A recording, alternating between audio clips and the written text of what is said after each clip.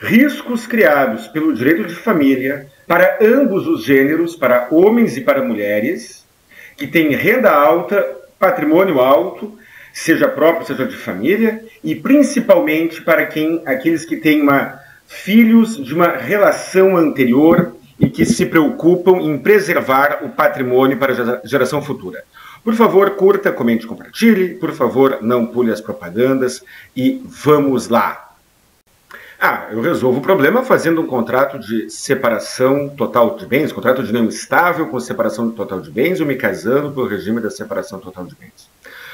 O regime da separação total de bens, pela regra atual, esse vídeo está sendo gravado em 2025, ele não defende o seu patrimônio em caso de óbito.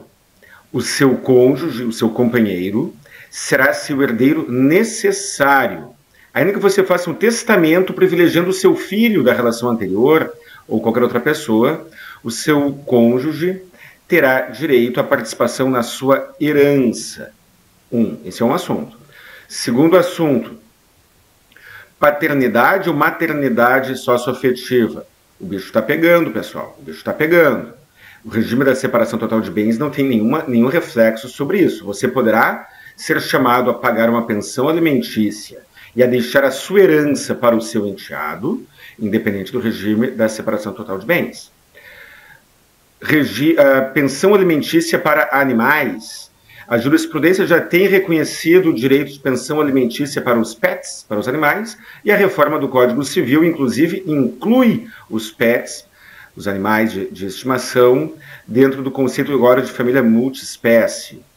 Alimentos compensatórios. Se você tem renda alta, homem ou mulher, tanto faz. Se você tem renda alta, independente do regime de bens, e se você se separar do seu cônjuge, independente de ter ou não filhos, e ele comprovar que sofreu uma abrupta ou uma relevante redução no seu padrão de vida por conta da separação, ele terá direito, ou pelo menos poderá buscar, poderá ter fundamentos para buscar o direito a alimentos compensatórios. Então você ganha lá seus 30 mil reais por mês, renda alta, e você está casado, ou tem uma união estável com uma pessoa que ganha 5 mil reais por mês.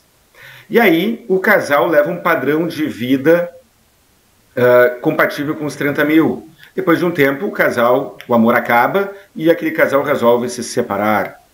O seu companheiro ou companheira poderá pleitear uma fixação de elementos compensatórios, fundamentando que ele levava um padrão de vida de um membro de um casal com uma renda de 30 mil, e agora que a relação acabou, ele voltará a ter um padrão de vida muito inferior ao que estava acostumado.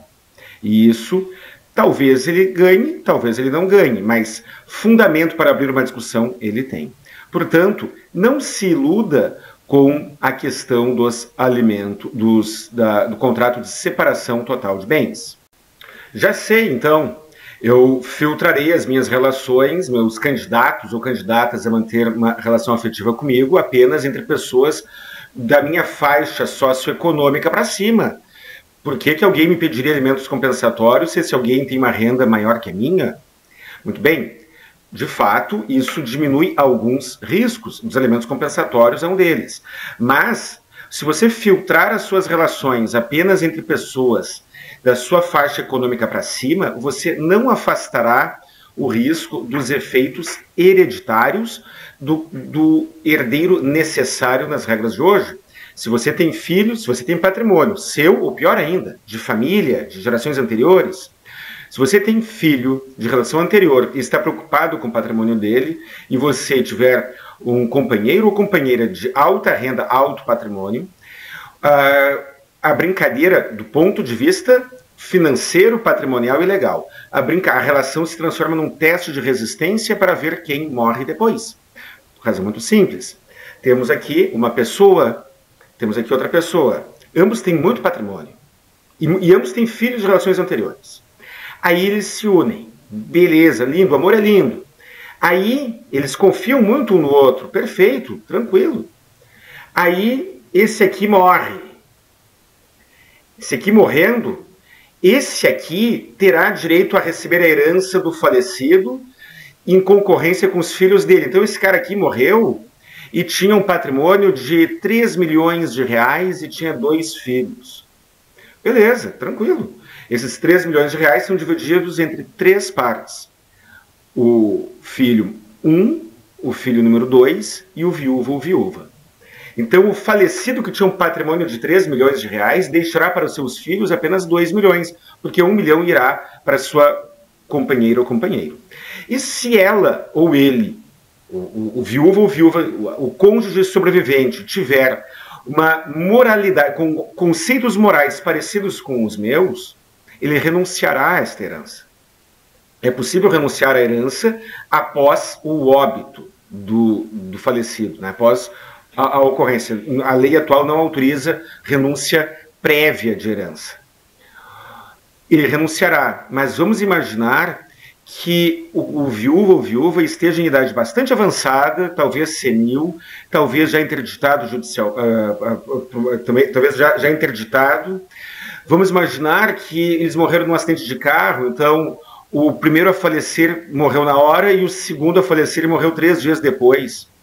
Aí os filhos daquele que morreu primeiro perderão parte do patrimônio que herdariam em favor não da viúva do falecido pai ou falecida mãe, e sim dos filhos do falecido pai ou falecida mãe. A reforma do Código Civil autorizará a contratação de renúncia recíproca de herança. Não foi aprovado ainda o novo Código Civil, vamos ver o que acontecerá, se passará mesmo, parece que sim, mas no momento a regra é essa, pessoal. Bom, e se eu passar os bens para o nome do meu filho? Aí se eu morrer, os meus bens já estarão com ele. Olha só, pessoal, esta é uma opção utilizada por muitas pessoas, em especial quando se trata de patrimônio de família. É muito comum, às vezes, não o pai ou a mãe pretender deixar o nome para o seu filho, e sim o avô passar os bens para o seu neto, justamente por não confiar na boa gestão patrimonial ou boa gestão afetiva do seu filho ou da sua filha. Então o avô com bom patrimônio passa os bens para o nome do neto e acha que pode dormir tranquilo. E muitas vezes acaba correndo tudo bem. Mas você precisa saber de 2 coisas, ou se atentar para 2 coisas. Primeiro, o artigo 1689 do Código Civil. O pai e a mãe, enquanto no exercício do poder familiar, inciso 1, são usufrutuários dos bens dos filhos. Ou seja, o que é um usufrutuário? O usufrutuário tem o direito de usar como bem entender o bem e os rendimentos daquele bem. Então vamos imaginar, eu tenho vários imóveis alugados, e aí eu passo esses imóveis para o nome do meu filho. Lindo, beleza. Se esse filho estiver sob a minha guarda, eu poderei gastar comigo, ou posso gastar na zona, eu posso gastar o dinheiro dele na zona, na Casa da Luz Vermelha, posso sustentar uma família paralela, eu posso gastar tudo no jogo, que eu não estarei contra a lei. Aos meus olhos, uma conduta dessa é extremamente imoral, mas não é ilegal. Então, aquela criança que tem imóveis, tem empresas, tem qualquer bem, ela terá a propriedade do bem, mas o rendimento poderá ser utilizado pelo pai ou pela mãe detentor da guarda, independentemente de prestar contas, poderá gastar sem dar satisfação para ninguém. O aluguel do imóvel do filho não é do filho, é do pai ou da mãe que detém a guarda, é dele. Inclusive pode ser penhorado.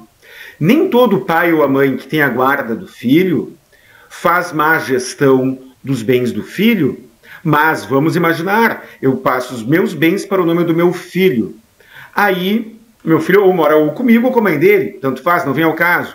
Aí o credor da mãe dele, ou o meu credor, tanto faz, pode penhorar o rendimento daquele bem ali.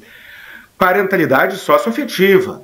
Eu passo os meus bens para o nome do meu filho. Aí meu filho lá, com um belo de um patrimônio, quem sabe meu pai e minha mãe, caso tivessem patrimônio, passam aqueles bens para o nome do neto deles, né, o meu filho. Beleza, parentalidade socioafetiva. A parentalidade socioafetiva significa o quê? Existe um vínculo afetivo entre aquela criança e aquele padrasto ou madrasta, na maioria das vezes padrasto ou madrasta, mas não necessariamente. E aí aquele padrasto ou madrasta leva no colégio, busca no colégio, dá conselhos, dá xingão, né? Chama atenção, corrige, educa, com ótimas intenções, beleza. E aí, esses atos, educar, corrigir, dar um puxão de orelha verbal, estou falando, levar no colégio, levar no médico, esse tipo de coisas, são atos inerentes à parentalidade. Ato de pai e mãe. Aí, só que aquela criança é uma mina de ouro, pessoal. Aí, o padrasto ou madrasta, ele não é réu em uma ação de reconhecimento de parentalidade socioafetiva. Ele pode ser autor. Aí você, querida inscrita aqui no canal, ou querido inscrito aqui no canal, que é rico, e passou os seus bens para o nome do seu filho e está em crise conjugal. Aí você sabe o que o seu marido, companheiro, ou talvez até mesmo seu namorado pode fazer? E pode ele pedir o reconhecimento da parentalidade socioafetiva. E se ele fizer isso, ele se tornará herdeiro do seu filho. É claro que ele terá que pagar uma pensão para ele também, né? Mas talvez ele não tenha bens para pagar pensão, talvez não tenha renda para pagar pensão. E aí talvez isso não seja uma preocupação para ele. E aí ele ou ela pode pedir o reconhecimento da paternidade ou maternidade socioafetiva para então exigir direitos hereditários, caso aquela criança venha a falecer. E aquela criança não precisa falecer agora enquanto criança, ela pode falecer daqui a 30 anos. Quando deixar de ser criança, o pai socioafetivo ou mãe socioafetiva terá direito à herança. Ele, pai ou mãe socioafetiva, terá direito a pedir uma pensão alimentícia para ele, caso ele fique velho e tenha necessidades, porque a pensão alimentícia não é apenas do pai para o filho, também é do filho para o pai. Então existe esse risco também. Eu reconheço a paternidade, eu pobre, ou nem preciso ser pobre, mas que seja, eu achando que é interessante investir nisso, peço o reconhecimento da paternidade socioafetiva daquela criança. Ganho, vamos imaginar que eu ganhe. Daqui a 30 anos eu fico velho e preciso que alguém me ampare financeiramente na velhice. Aí eu posso entrar com uma ação de alimentos contra ele. Ah, mas vai fazer isso? Digamos que não. Mas digamos que eu esteja senil e o meu outro filho, talvez meu filho biológico, tenha uma boa ideia, esfregue as mãos assim e pense, bom, beleza, eu tenho um irmão rico, então eu vou representar meu pai já interditado, ele está com Alzheimer, para pedir uma pensão para o meu irmão rico. Isso não é algo muito provável, mas não é impossível que aconteça. Vamos imaginar que você passou os bens para o nome do seu filho, e aí o seu filho, você perde a guarda do seu filho. Talvez porque você faleceu, talvez porque você se comportou mal, e quando eu falo de se comportar mal, não estou referindo a atos ilícitos. Às vezes as pessoas se comportam mal dentro da lei, e aquela criança cresce e decide morar com outro genitor. É um risco, e aquele outro genitor se tornará usufrutuário dos bens daquela criança. Bens que aquela criança tem em seu nome e que talvez tenham sido adquiridos com o suor do rosto de uma, duas, três ou quatro gerações anteriores a dela e que não tem nada a ver com o futuro detentor da guarda. Mas são hipóteses não muito prováveis, mas não são hipóteses impossíveis. Já sei então o que eu farei. Eu não morarei debaixo do mesmo teto. A criatura é o amor da minha vida. Mas acontece que eu tenho patrimônio talvez de gerações anteriores, talvez tenha patrimônio que eu construí, tenho filho de uma relação anterior, e aquela pessoa que eu gosto muito, coisa e tal, ela pode morrer, eu não sou obrigado a confiar nos filhos dela, ela tem filho e eu não sou obrigado a confiar na mãe ou no pai daquela criança, que pode pedir o reconhecimento de uma paternidade socioafetiva contra mim. A reforma do Código Civil prevê pensão alimentícia e parenteado independentemente da socioafetividade, basta que haja um choque no padrão de vida. Então o amor da minha vida tem filho e eu não conheço a mãe ou o pai dele, e aí a mãe ou o pai dele pode, em caso de separação minha com esta pessoa, que é o amor da minha vida, a mãe ou o pai do meu enteado poderá pedir uma pensão alimentícia para mim, em nome do meu enteado que eu nem gosto, nem conheço, nem convivo, isso depois da reforma do Código Civil, tá, pessoal? Vamos imaginar que... Então eu penso tudo isso. Então, beleza, eu só não vou morar debaixo do mesmo teto que essa pessoa e nós seremos apenas namorados. A fronteira entre o namoro e a união estável, ela é muito subjetiva. Não existe uma fronteira definida, não existem critérios objetivos como já existiram no passado. E o nosso queridíssimo Supremo Tribunal Federal decidiu já há, acho que há mais de 15 anos, ou há quase isso, que a moradia debaixo do mesmo teto, a coabitação, não é requisito para o reconhecimento da união estável. Então, é possível que você esteja vivendo um namoro e a outra pessoa concorde com isso, e aí aquele namoro vai muito bem, até que num determinado momento alguém resolve, e esse alguém não precisa ser o seu namorado ou namorada. Pode ser o credor do seu namorado, pode ser o credor da sua namorada, pode ser a mãe dos filhos do seu namorado ou a mãe dos filhos da sua namorada. Aí, então, alguém resolve sustentar que aquela relação não era namoro, era união estável. E como você acreditava que vivia um namoro, você sequer fez contrato de união estável. Era namoro, correto? E uma união estável sem namoro, uma união estável sem contrato, é regida pelo regime da comunhão parcial de bens. Ah, mas eu tenho alta renda, ele também tem alta renda, eu tenho patrimônio, ele também tem alto patrimônio, beleza. Na comunhão parcial de bens são divididos os bens adquiridos durante a união. E nem sempre duas pessoas de renda alta e de patrimônio bacana, patrimônio legal, têm evolução patrimonial parecida naquele mesmo período. Então eu sou rico, vamos imaginar que eu fosse, né? Vamos só imaginar que eu sou rico. Arranjo uma pessoa que também é rica. E aí, ao longo de um ano, ela adquire alguns imóveis, ela adquire alguns bens, a conta bancária dela aumenta bastante. E aí, depois desse um ano de namoro, eu resolvo ressignificar a relação para a união estável. Ou talvez a mãe do meu filho resolva ressignificar esta relação para a união estável. Ou talvez algum credor meu deseja fazer isso.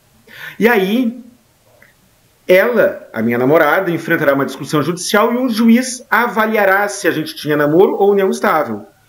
E caso eu entenda que é namoro, os bens que ela adquiriu ao longo daquele período não são dela, são nossos, porque nós não tínhamos contrato prevendo outro regime de bens.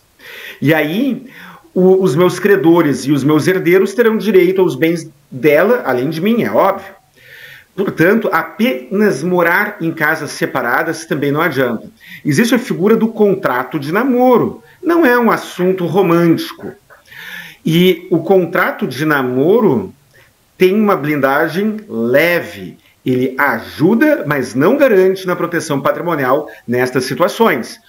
Morar em casas separadas não garante. Dificulta a caracterização da união estável. Dificulta, mas não garante. Bom, então está resolvido. Manteria uma relação sugar. Eu sou de alta renda, tenho patrimônio e quero me relacionar. E eu não quero ficar indo na casa da luz vermelha para saciar as minhas necessidades biológicas. Eu quero ter alguém para conversar, ter uma troca, quero poder fazer viagens, levar uma pessoa junto, né?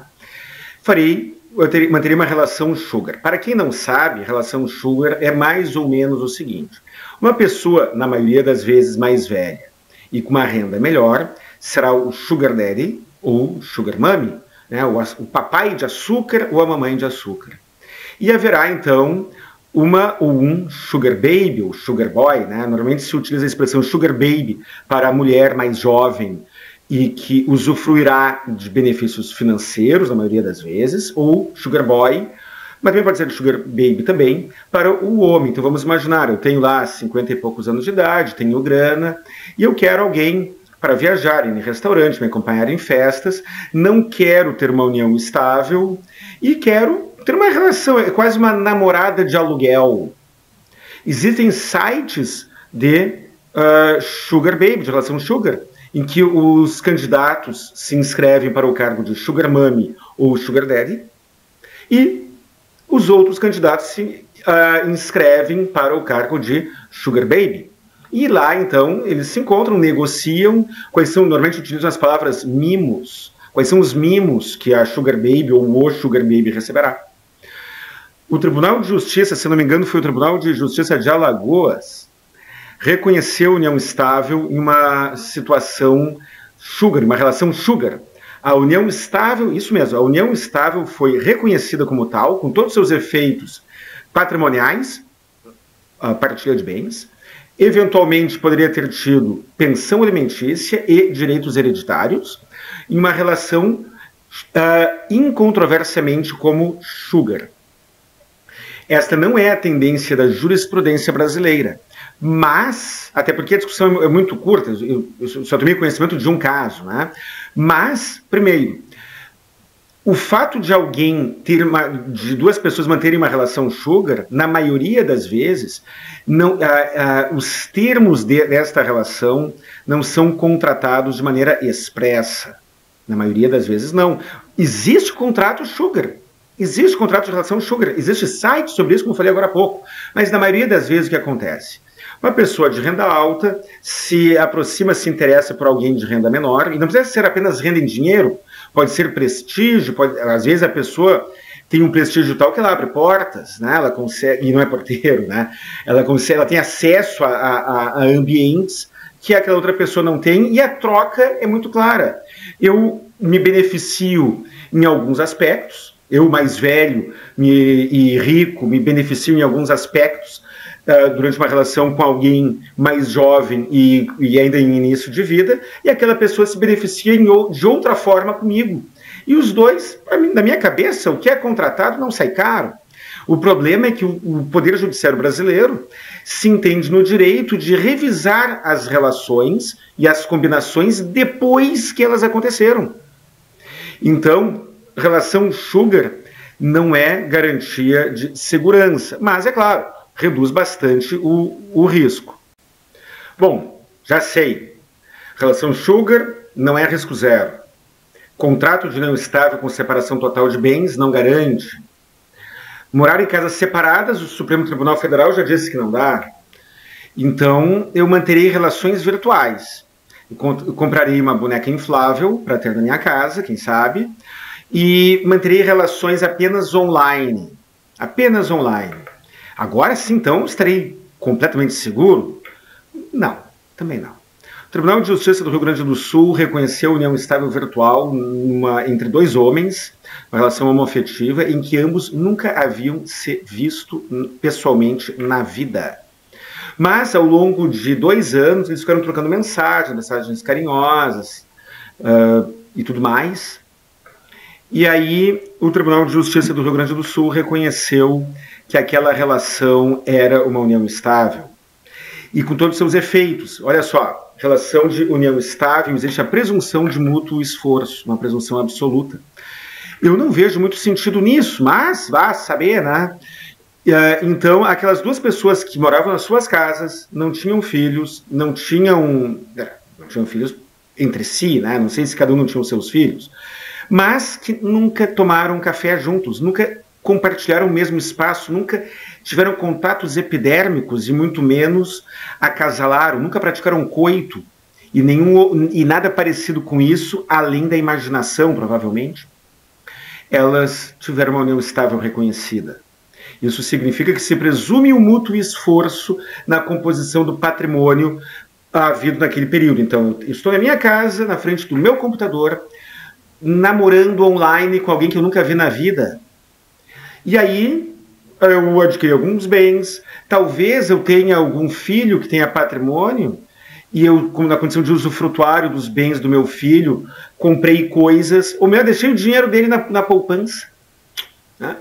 E aí, o usufruto dos bens do meu filho, os bens que eu recebi de herança, que também geram renda, o meu trabalho, e eu comprei coisas. E tinha aqui esse namoro online. Perfeito. Este namoro online produziu os efeitos de uma união estável com direito à partilha de bens, herança, pensão alimentícia. Exatamente isso que vocês estão ouvindo. Decisão judicial de 2022. Então, relação online provavelmente tem um risco muito baixo, mas não é risco zero. Bom, diante de tudo isso, tomarei minhas decisões. Acho que os problemas são só esses, né? Tudo isso que nós falamos até agora já é problema o suficiente. Acho que não tem mais nada, né? Lei Maria da Penha, e atenção meninas, atenção mulherada aí. A Lei Maria da Penha foi escrita originalmente para proteger apenas as mulheres. Então, o mesmo ato que era considerado, que era tratado pelo Estado de uma determinada forma, quando praticado contra uma mulher, era tratado de uma maneira muito diferente, muito mais leve, quando praticado contra um homem.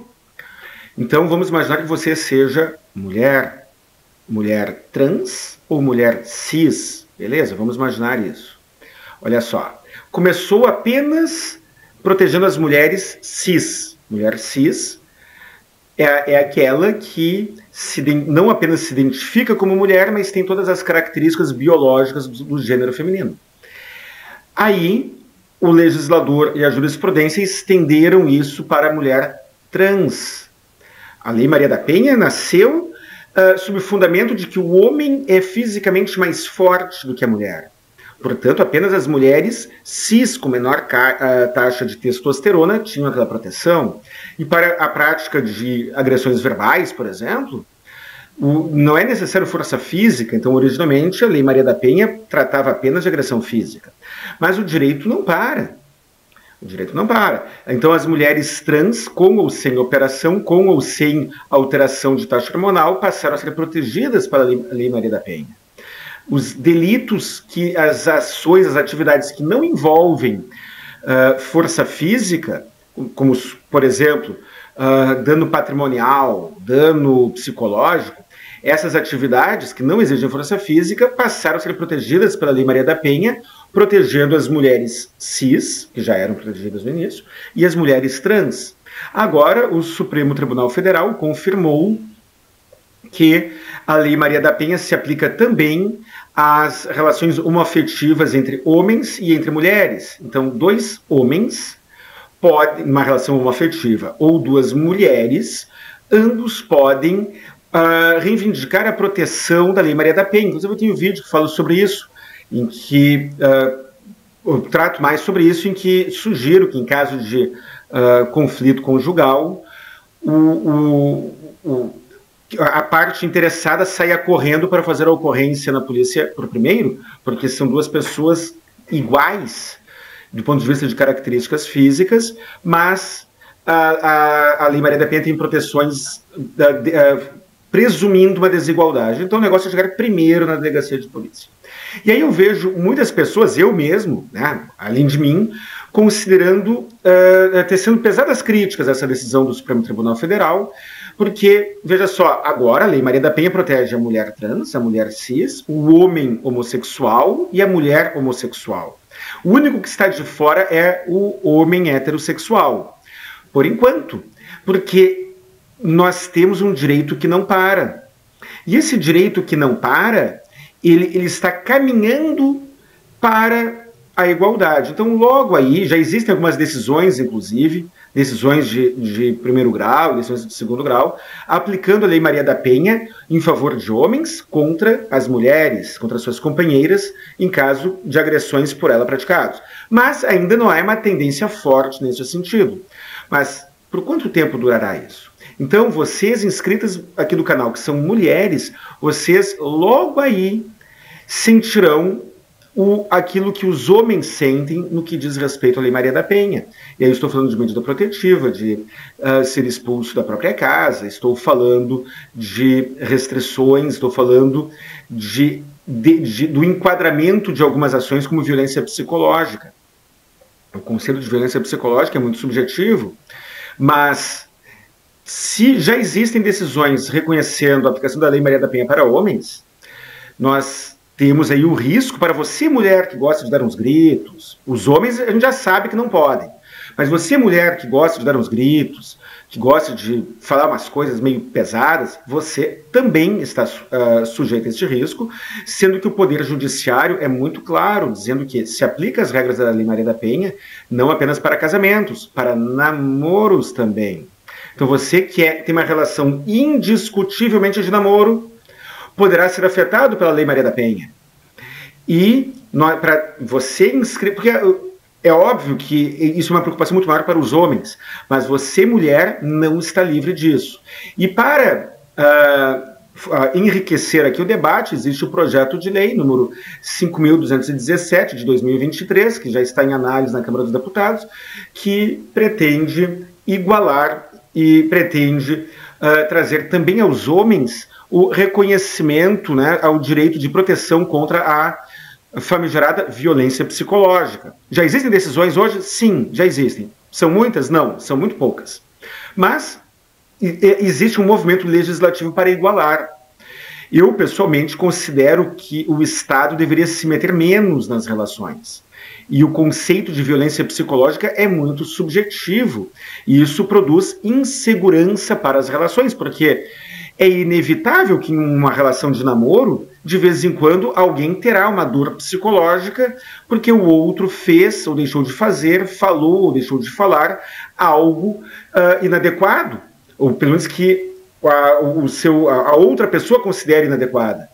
Isso faz parte do jogo, e com essa hiperjudicialização das relações afetivas, nós logo aí teremos também em desfavor das mulheres o risco de acusação de violência psicológica, com critérios subjetivos. Então, pessoal, nós temos mais este problema também, Lei Maria da Penha. Eu estou dizendo para você não se relacionar? Não, não estou dizendo isso.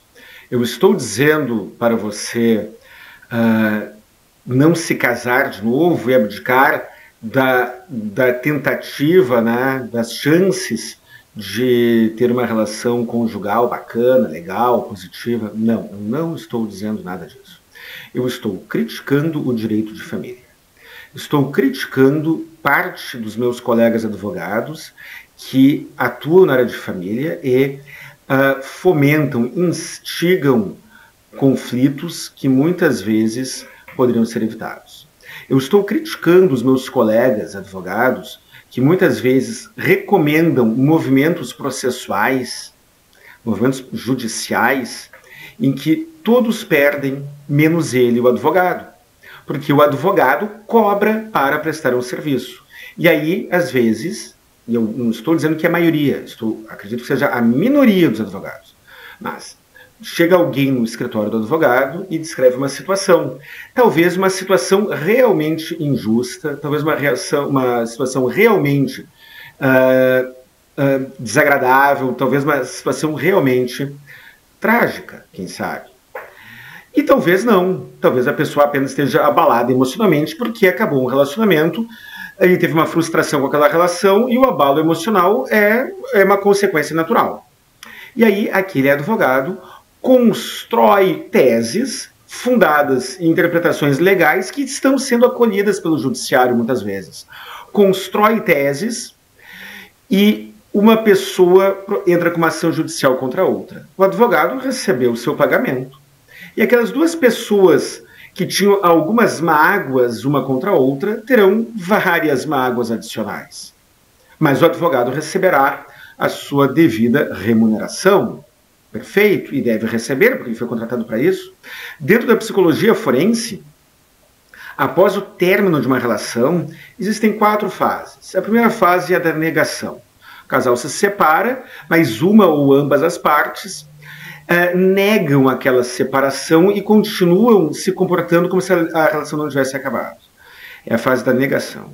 Depois vem a fase da negociação. A pessoa já percebeu que a relação acabou e ela deseja negociar. Talvez negociar com o outro, talvez negociar consigo mesmo, mas é a fase da negociação. Depois tem a fase do ódio. E é aí que o telefone dos advogados costuma tocar. E é neste momento em que a pessoa está com ódio que ela se dispõe a pagar valores elevados para contratar um profissional para produzir sofrimento, para produzir angústia, para buscar direitos moralmente reprováveis e talvez incoerentes. E depois vem a fase da aceitação. A fase da aceitação é uma dessas fases dentro da psicologia forense. É uma dessas fases. Mas é na terceira, é na fase do ódio, que o gerente da conta bancária do advogado tem mais prazer. A pessoa vai lá e sai processando o seu ex-marido, sua ex-mulher, aplica o critério de tolerância zero para a ação do seu ex-marido, da sua ex-mulher, e feridas são abertas, feridas que nunca cicatrizarão. E o advogado, na maioria das vezes, sabe disso. Mas tem que botar comida na mesa, né? Então, as pessoas ajuizam essas ações. O Poder Judiciário, por sua vez, vem sendo muito receptivo para teses muito novas, teses muito inovadoras, como eu falei agora há pouco, o reconhecimento de união estável online. Mas que presunção de mútuo esforço na formação patrimonial é essa uma relação entre duas pessoas que nunca se viram pessoalmente? No passado, o reconhecimento da união estável entre pessoas que moram em casas diferentes, ambos trabalham, mas um ganha 30 mil por mês, outro ganha 5 mil por mês, e cada um na sua casa. E aí, depois de um tempo, aquela união estável, aquela relação é reconhecida como união estável, com divisão patrimonial, pensão, herança. Então, existe uma receptividade do Poder Judiciário também. E a consequência disso é social.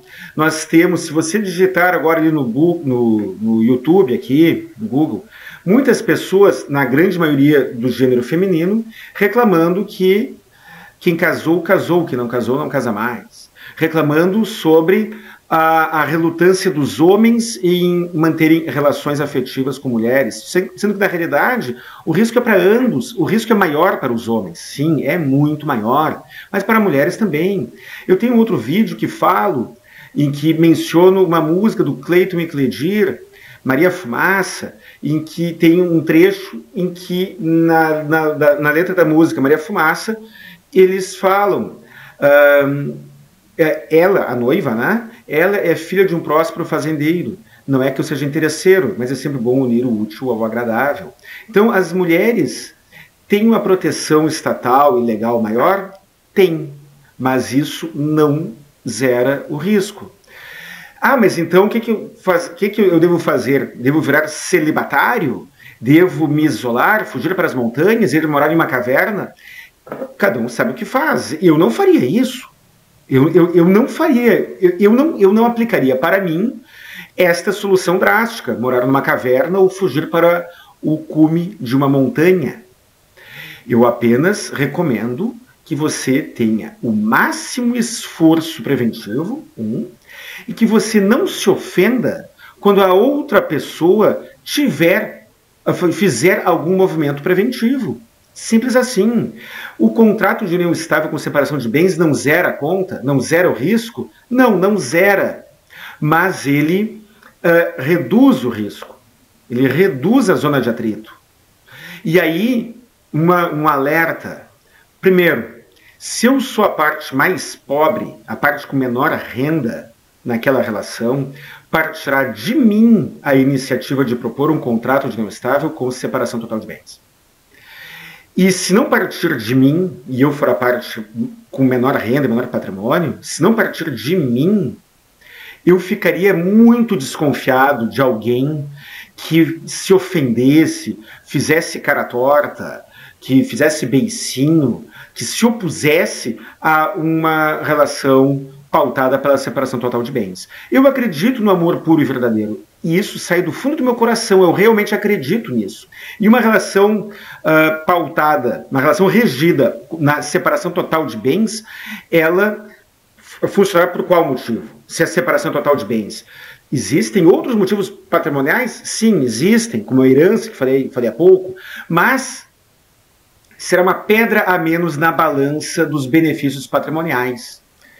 E talvez seja uma pedrinha a mais na balança dos indicadores das qualidades pessoais e do amor puro e verdadeiro.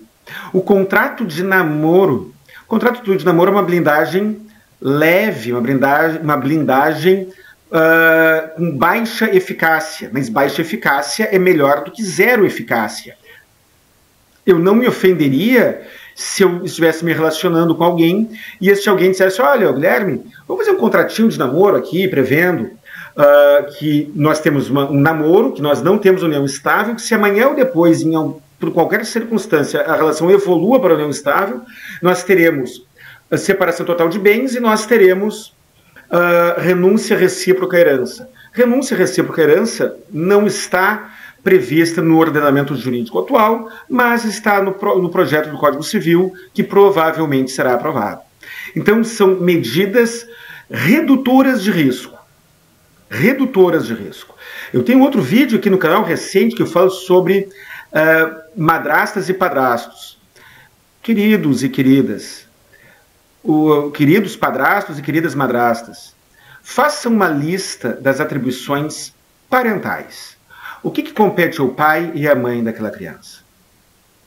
Se você tomar o cuidado de não praticar atos inerentes à parentalidade, você estará se afastando da zona de risco de tomar o reconhecimento de uma paternidade ou maternidade socioafetiva, você estará se afastando da zona de risco de uma eventual ação de alimentos após a reforma do Código Civil, que independerá da socioafetividade, e você estará reduzindo as chances de atrito com o pai ou a mãe biológica daquela criança.